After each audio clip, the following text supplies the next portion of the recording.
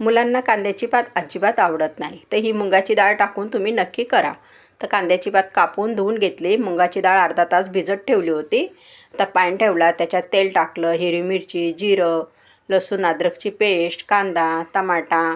आता हे पुन्हा परतून घ्या. त्याच्यात मीठ टाकलं, टमाटा पटकन मऊ होतो. आता हळद, लाल तिखट. आता हे मिक्स केलं, मुगाची डाळ टाकली त्याच्यामध्ये. पुन्हा याला मिक्स करून घ्या. आता ही धुतलेली कांद्याची पात आपण त्याच्यात टाकूया आणि छान मिक्स करून घेऊ.